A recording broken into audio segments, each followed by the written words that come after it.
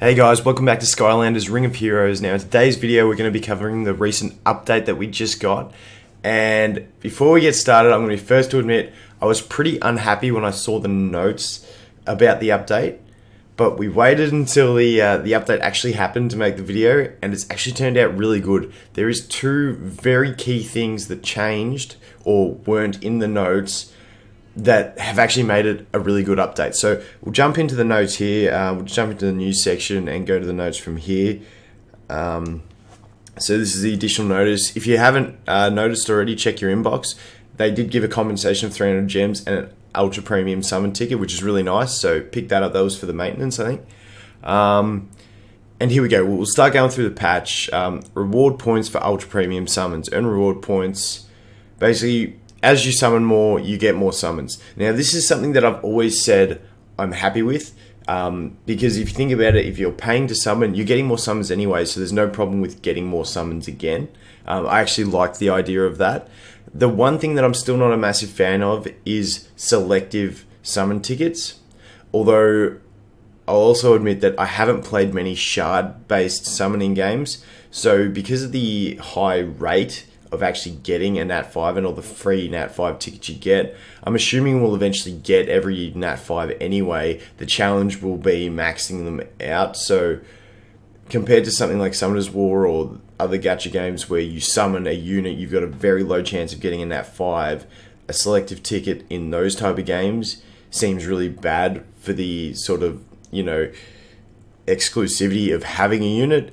But in these games, I think these are more targeted as you will have every unit, but powering them up is going to be the issue. So I'm still mixed on the selective ticket. Like I said, the actual system never bothered me.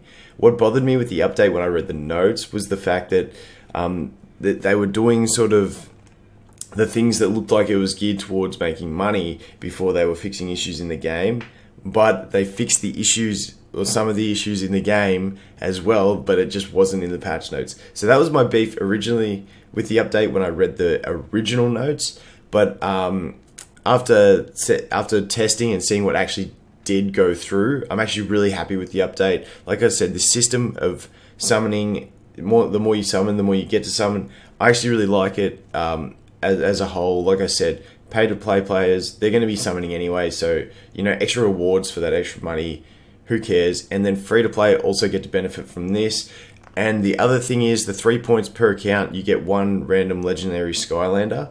I'm pretty sure this is going to make it a viable option to re-roll for the players at global launch. Depending, I can't remember how many gems you get. I will start testing that and seeing if it is an option. But you know, that's also another thing that I know a lot of people do like is re-rolls, and this could make it a quick re-roll system to get a good Nat 5 like Nightmare or something to help you through progression. So that's that one. Grand opening of the Magic Shop. The Magic Shop. Okay, we'll jump into the Magic Shop and have a look. So into that, it refreshes every 24 hours. Now, the prices of Nat 4s and Nat 5s seem pretty high. I haven't got a Nat 5 yet, but just from what I've seen images on Discord, it seems really expensive. Like, I don't think I'd spend 400 gems for 5 Sprocket pieces or the 168,000 gold for 8 Wildfire. However, the Nat 3s seem really really decent actually. So the Flashwing, I got 8 of them for 40,000 gold, so that was 5,000 gold per shard. And yeah, I'm actually not too bad about that pricing. Like, if you've got the gold, it's good. Early game, I don't think it'll be worth it, because you don't get the gold as much. But now at the stage I'm at, where I can actually get it pretty quick, I've got my towers maxed. It's the 40,000 isn't actually too bad for 8 shards, especially on something that's not farmable anymore. So especially if I see any deja vu in there, even if they were 10,000 per shard, I'd probably be buying them. But yeah, that's the shop. A little bit expensive on the Nat 4s, really expensive on the Nat 5s from the pictures I've seen, but I haven't got any myself. But yeah, that's the shop. So we'll jump back into the news and keep going through these patch notes. So the Magic Shop. Okay, revision to summon event, premium summon. Okay, so this is another one. Sorry, we're going to be bouncing in between them a bit, but the event summons, what it's talking about is these ones where it used to have 4 elements per different type of summon. I think there was 2 different premium summons with 4 elements in them. Now you've got more different ones. These, I think we've worked out, or not we, I didn't do any of it. Some of the guys on Discord worked out early on that these aren't as valuable as the normal summons for how many shards you get for the cost they are. However, because you can target elements, if you're sitting at like something like me, I'm sitting at 40 robo shards. If I really wanted that robo, you know, I could target these summons, but that's something I wouldn't do. But yeah, that's just the change. They've changed it to make it more easy to target the types of units that you actually want. Back to news. Sorry about the dancing around on this. Alright, so next up we've got the summon ticket. So tickets can be used to summon from the summon shop. There are 3 types of tickets: normal, premium, and ultra premium. Each ticket can only be used in the corresponding summons. Reward points are not given for the tickets used. So when it says the reward points, that system of the more you summon, the more you get to summon, that only applies when you spend 800 gems to do those ultra premium summons, not from tickets. But the tickets are a real nice system. We did get a couple as compensations, and you know, they're the kind of thing, just the normal tickets or the premium tickets, I can't remember, the one that give you like the equivalent to a 100 gem summon. It'd be really cool to see them drop at a really like 1% or something rate from dungeons, just so it's another chance to get excited from your dungeon drops and stuff like that. But it's a really good system. I hope they can do more with it. But yeah, you get a ticket, and then it basically covers your gem costs for that summon for whatever the ticket is, which is really nice. Change rune ties in the labyrinths and their drop rate. So this was one of the things that a lot of people were unhappy about originally when we read the notes, but it's all good. The one that's got the line through it, the rune drop rate has been slightly decreased. Drop rates in the dungeons were already fairly low, but they actually didn't do that in the game, and then they've adjusted these. We'll get rid of that. I don't know how to get rid of that, so that's just going to stay there. They've adjusted the rune drop rates of the scenarios or the adventures, not the dungeons. So that's good. That was one of those ones that I was really sort of on the fence about, because, well, not on the fence, I was over the fence about it, because you think about the players coming at global, you know, it's like they've already nerfed the 2 stars and stuff like that, and nerfing the drop rates in dungeons was once again going to slow them down in trying to catch up, which is, I think they said they were going to try and get them to catch up easier. I'm just going to try and close this thing. There we go. I'm not used to iPhones. This is just my tablet. I use Samsung. Okay, so yeah, that's the changes there. Reward rune type details. So this is one I'm actually pretty happy with. They've swapped hit and dodge with resist and focus. So hit and dodge being the glance, chance sort of calculation stats, and then resist and focus being the effect activation stats.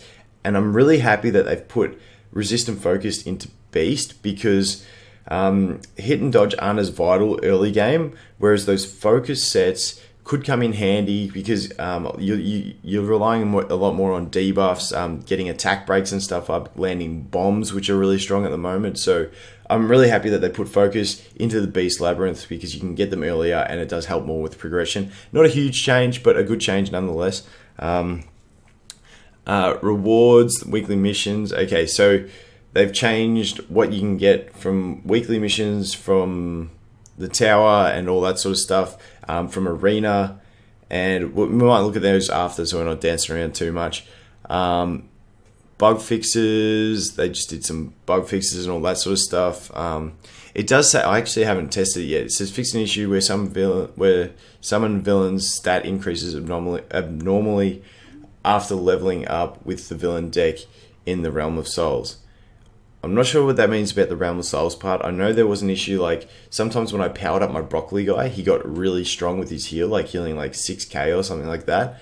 But I'm not sure if that's, because I'm not sure what the Realm of Souls thing is. If they've actually reduced the sort of difficulty of Realm of Souls, I'm not sure, because I haven't actually completed it yet today. But I'll mention that in another video if they have. But tested it yourself. Anyway, this is the other big thing I wanted to get through. So these are all sort of minor things, bug fixes, other stuff. But the big one, the absolutely massive one that if it was in the patch notes, I would have been happy from the very first time I saw the patch notes. They would have got my praise. It's really annoying that I wasn't in the patch notes at the start. Everyone would have been really happy with the patch as soon as they read these notes if this was in here. And it was the difficulty has been modified to balance the stats of villains and bosses in Adventure, Labyrinths, and Realm of Souls. Oh, it is Realm of Souls. Okay, so they balanced Realm of Souls. That one never really bothered me. I could do level 5 normally. Sometimes I couldn't do level 6. It was really annoying in Realm of Souls with healers. But you know, it was like you're getting better shards more often, so that didn't bother me as much. But the fact that they have actually balanced the difficulty in Adventure and Labyrinths being the big one, is huge. Actually the Adventure one, I'll have to test that, see if I can do more hard modes. But the Labyrinth is the absolute big one because pretty much everyone had hit the wall of B8. There was a few guys, I think, doing B9. I'm not sure if they were able to auto it, but there was a few guys who had 3-starred it. But now that they have actually balanced that, it sort of opens the floodgates to options now for people, because you can actually get through that B9 wall and start farming better runes.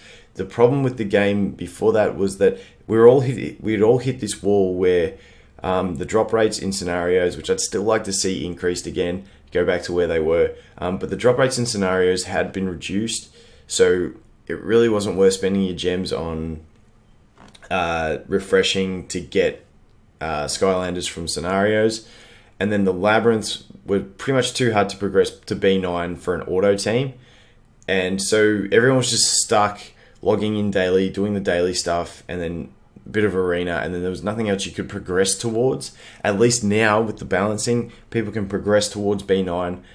The drop rates still are fairly average for farming in scenarios, which once again I would like to see that up, but at least now you're farming for a reason. You can farm for that boomer and be able to make a 3-star team for that B9.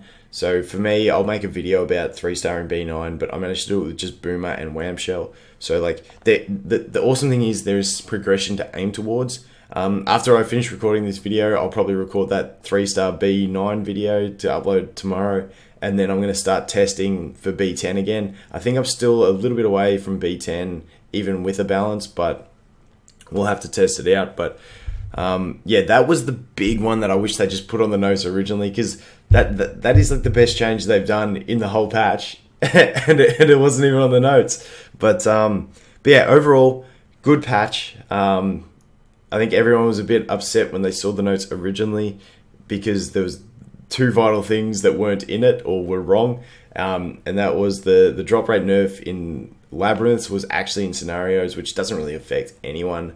Maybe really early game when you're farming the scenarios for your 4-star runes, but you know, it's no massive one. And then the difficulty being modified for the Labyrinths is really huge, just because it gives people something to still aim for and work towards. The problem before was that there was nothing to work towards, so you're just sort of sitting there idly waiting.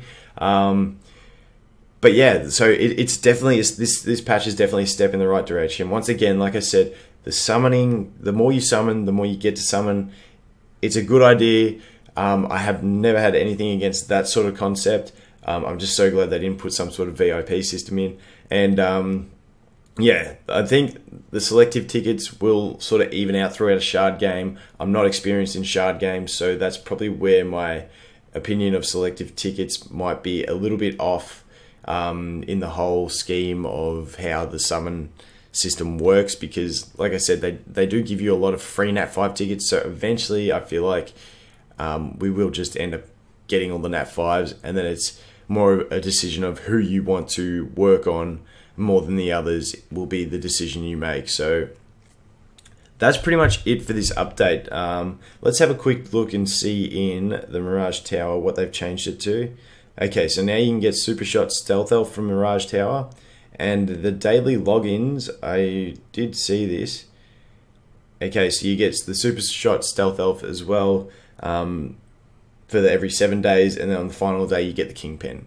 And as you can see, we get some of these summon tickets from login. So that's an ultra premium ticket. So that's an 800 gem summon right there. I'm pretty sure. Let me double check this. Let's go to the summons. Yeah, so that's an 800 gem summon there for the for that ticket. So it's actually a really nice system. Like I said, they might even add these into events and stuff like that. We'll have to wait and see. But yeah, that's pretty much it for this update, guys. Actually, a really decent update in the end. It's helped with. I think it's helped a lot of people with their progression, especially in that B9. Really have something to work towards. As you can see there, I managed to. Oops, that was me trying a different team, but yeah, I've managed to 3-star that.